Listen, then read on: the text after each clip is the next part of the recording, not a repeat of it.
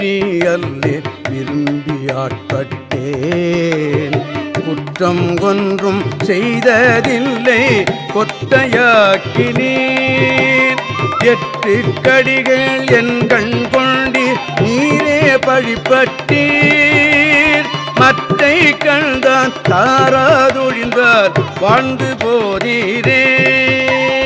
அன்றில் முட்டாதடையும் சோலை ஆரூரகத்தீரே. கன்று முட்டி உண்ண சுரந்த காலி அவை போல